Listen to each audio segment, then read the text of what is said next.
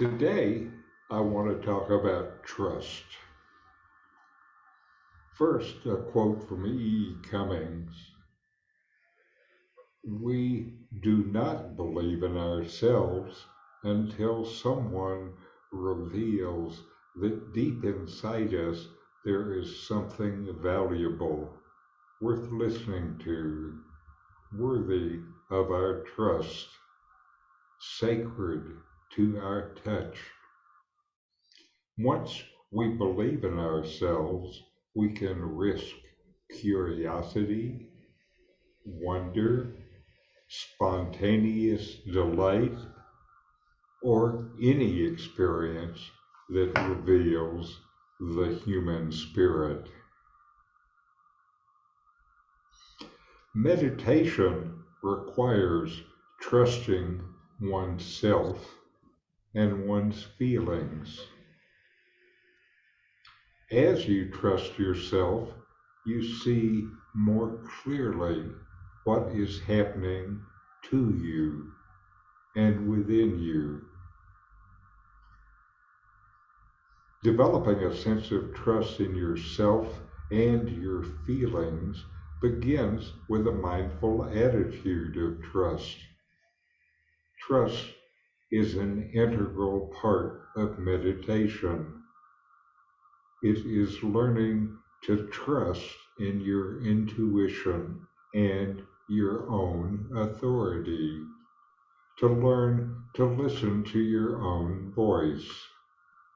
You don't need to look outside of yourself for guidance. You already know from deep within. Honor your feelings if something doesn't feel right to you. Why discount your own feelings? Should you discount yourself because some other person or some group of people thinks or tells you differently? The mindful attitude needed is trust. Trusting yourself. Trust your own basic wisdom and goodness. You know what is right within yourself, especially for you. You are the only one who knows what it's like to be you, to have the view and understanding of the world from your perspective. The opposite of trust is self-doubt. Self-doubt puts you into loops of suffering from which it can be hard to escape. Self-doubt leaves you with nothing firm within yourself to believe in, nothing solid to hold to.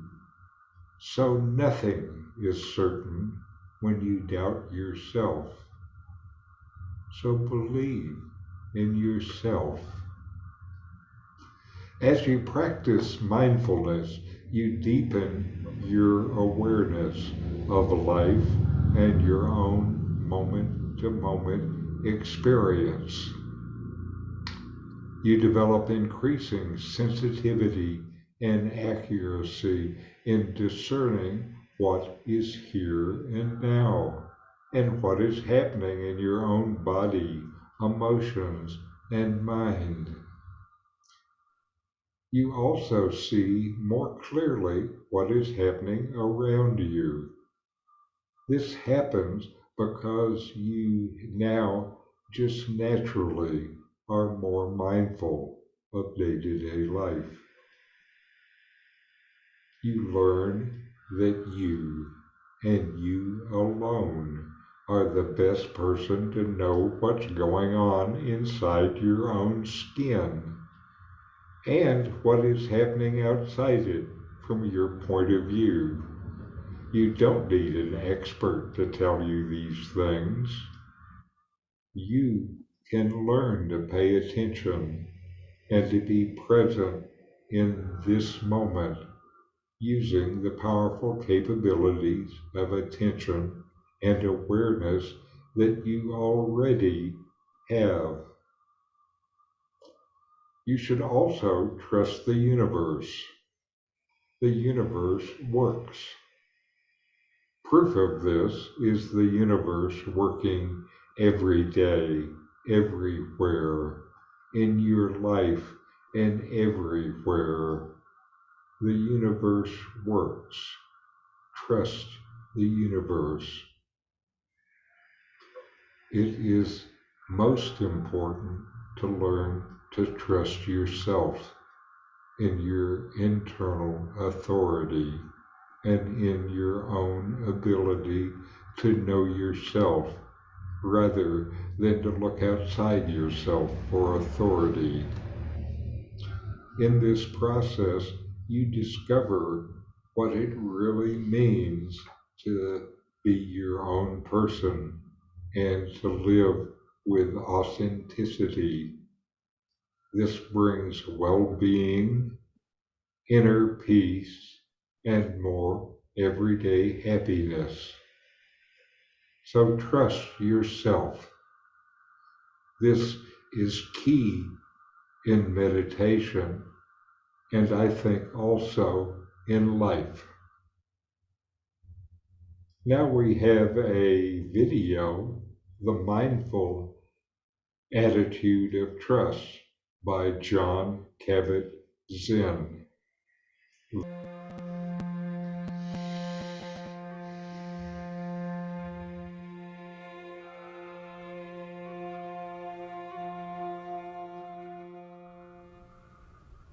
Trust is a wonderful attitude to cultivate uh, because there are so many different aspects of our lives that we're kind of strangers to.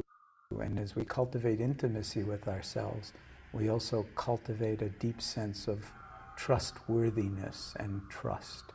And a good place to start is with ourselves and with our body.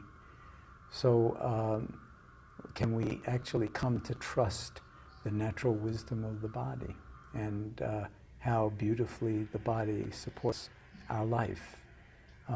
We very often take it totally for granted until something untoward happens. But noticing that, in general, we can trust that the breath will take care of itself. Luckily, because if we had to worry about the breath, we would die a long time ago. So we trust that the breath comes in. We trust that the breath goes out.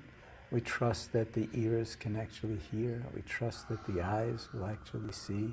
We trust that our organs take care of all of the metabolism and biology of being alive. There's a wisdom to the body that can remind us that we ourselves are trustworthy. And if there are so many beautiful things and so complex that are unfolding so beautifully in the body, well, why should the mind be any different? Why should the heart be any different? So the more we can learn to bring trust to ourselves, the more we can actually learn to bring trust to our relationships and to other people and to nature and to the various challenges that we face in life, so that we can actually reside in our own confidence in our own ability to meet whatever comes towards us in ways that can be effective. It's all based on trusting ourselves, and that's something that can be cultivated by practice. So every time we don't trust ourselves, we can bring awareness to it and remind ourselves that maybe this is a good opportunity to shift from really feeling like we're not able to trust something to actually trusting it when it's in ourselves. When it involves other people, it gets a little bit more complicated because you don't want to trust naively, but other wisdom factors will help us to take care of that.